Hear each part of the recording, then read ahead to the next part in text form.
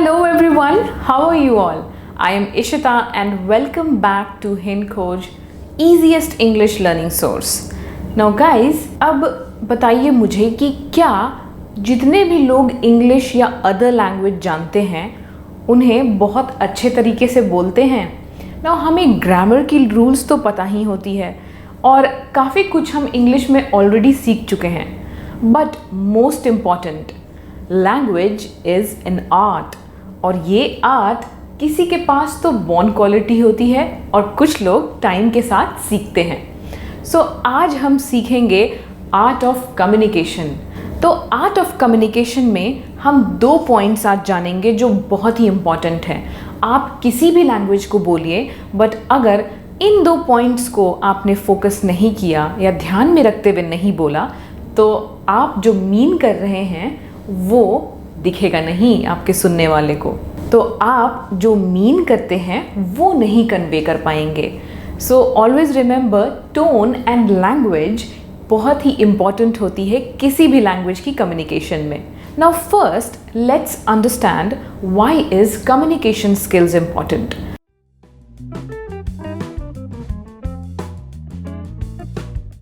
Now communication skills almost हर किसी के पास होती है, बट ये इम्पॉर्टेंट क्यों है?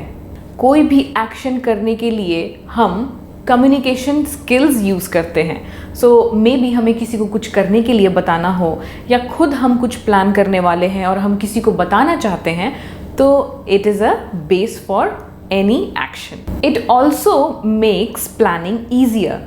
कोई भी प्लान आप बना रहे हो और कम्युनिकेशन इम्पॉर्टेंट होती है, राइट? सो प्लानिंग में जब दोस्तों के साथ हम कुछ ट्रिप प्लान कर रहे हो तो वहाँ प्लानिंग ईजी बनाती है communication. Next, aids in decision making.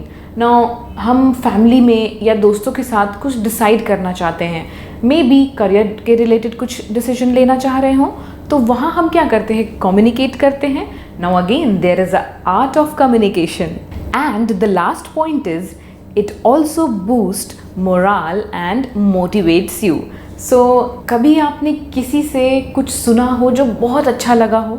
Now maybe किसी की स्पीच अच्छी लगती हो या किसी मोटिवेशनल स्पीकर के बारे में सोचिए, उनकी बातें कितनी अच्छी लगती हैं, because they know the art of communication.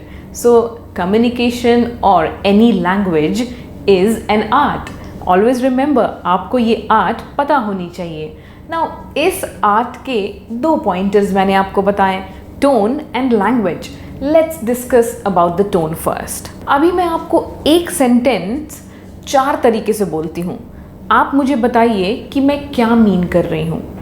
और रिमेंबर ऑलवेज, टोन और वर्ड्स पे एम्फेसिस बहुत इंपॉर्टेंट पॉइंट है किसी भी कम्युनिकेशन में।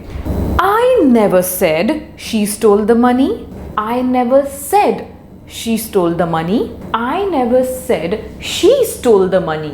I never said she stole the money. Now आपने नोटिस किया, मैंने फर्स्ट सेंटेंस में I never said she stole the money, यहाँ मैंने never पे ज़्यादा एम्फोसिस दिया, टोन मेरा थोड़ा चेंज हुआ था।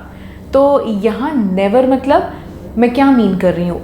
I never said she stole the money, यानी मैंने कभी नहीं ये कहा था कि उसने पैसे चुराए हैं। अब सेकेंड सेंटेंस देखिए, I never said she stole the money. So यहाँ मैंने said पे एम्फेसिस किया, यानी मैंने ये तो नहीं कहा था कि उसने पैसे चुराए थे। अब third sentence, I never said she stole the money. Now यहाँ I never said she पे मैंने ज़्यादा एम्फेसिस दिया। सो यहाँ क्या लगा कि मैंने ऐसा नहीं कहा था कि इसने पैसे चुराए हैं, मैं कुछ और ही मीन कर रही थी कि किसी और ने चुराए हैं। Last sentence, I never said she stole the money. So यहाँ मैंने मनी पे फोकस किया। So what did we mean? यानी मैंने कहा कि मैंने तो ऐसा नहीं कहा था कि उन्होंने पैसे ही चुराए हैं, तो पैसे नहीं, मे बी कुछ और चुराया हो। तो क्या आपने देखा कि किसी भी एक वर्ड पे एम्फेसिस और आपका टोन कितना ज़्यादा डिफरेंस क्रिएट कर सकता है एक ही सेंटेंस में? So always remember, use the right tone, और एम्फेसिस जो आप करेंगे वो किस वर्ड पे करना है ये आपके मीनिंग को बताएगा, यानी जो आप मीन करना चाहते हैं उस चीज़ पर ज़्यादा एम्फेसिस दें। Now B it any language guys, Hindi, English, Spanish, German, जितने भी लैंग्वेजेस आप जानते हो, अच्छी बात है हम ज़्यादा लैंग्वेज जानते हैं। And again there is a art of communicating each language. यहाँ आपको टोन पे बहुत फोकस करना है और कहाँ एम्फेसिस देना है ये भी। Now let's move on to our second point which is language. Now why is language important? आपको तो पता ही है कि लैंग्वेज दो तरीके के होते हैं, इनफॉर्मल एंड फॉर्मल, यानी the way you speak. Now informal language वो होता है जो हम जनरली अपने फ्रेंड्स, फैमिली मेम्बर्स के साथ बात करते हैं जैसे। एंड फॉर्मल लैंग्वेज क्या होता है? जो हम ऑफिस में, वर्क प्लेस पे या किसी मे बी स्कूल्स में आप जैसे बात करते हैं अपने टीचर्स से, तो वो होती है फॉर्मल लैंग्वेज। रिस्पेक्ट के साथ होती है formal language. And again there are some rules of formal and informal language कि आप इनफॉर्मल में तो थोड़ा बहुत you can adjust, you can say whatever you feel like, but formal में आप ज़रूरी नहीं है कि जो आपकी ज़ुबान पर आए आप वो बोल जाएं। यहाँ बहुत ही सोच समझ के और अपने सेंटेंस को अच्छे से फ्रेम करना होता है। Now let's look at some examples. Informal language में मैं बोलूँगी he checked up on his accountant. उन्होंने उसके अकाउंटेंट के ऊपर जांच पड़ताल की, तो उन्होंने उस अकाउंटेंट के पीछे लग के कुछ जांच पड़ताल किया होगा। नाउ फॉर्मल लैंग्वेज में इसको कैसे कहेंगे? He investigated his accountant. Did you see the difference? यहाँ जब मैंने बोला ही इन्वेस्टिगेटेड हिज अकाउंटेंट और मैंने इनफॉर्मल में बोला था he checked up on his accountant. Now which one sounds better? I think formal one sounds better. So आप हमेशा फॉर्मल कम्युनिकेशन ही अपनाएं। इनफॉर्मल दोस्तों के साथ चल जाएगा, बट समटाइम्स फैमिली मेम्बर्स के साथ भी हम इनफॉर्मल नहीं बोल सकते हैं। Let's see one more example. She caught on very quickly, ये था इनफॉर्मल।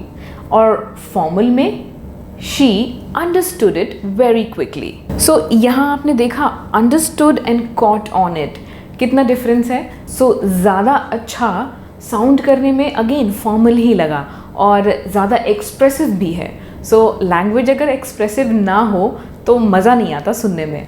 तो प्लीज़ ये दो पॉइंट्स को ज़रूर नोट करें।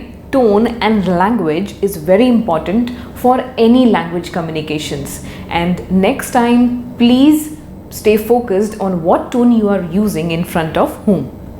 आशा है आपको अभी बताई गई चीज़ों पे ध्यान रहेगा और अगली बार जब आप इंग्लिश कम्युनिकेशन बोलें तो ध्यान रखिएगा इन दो पॉइंट्स का। Thank you so much for watching the video.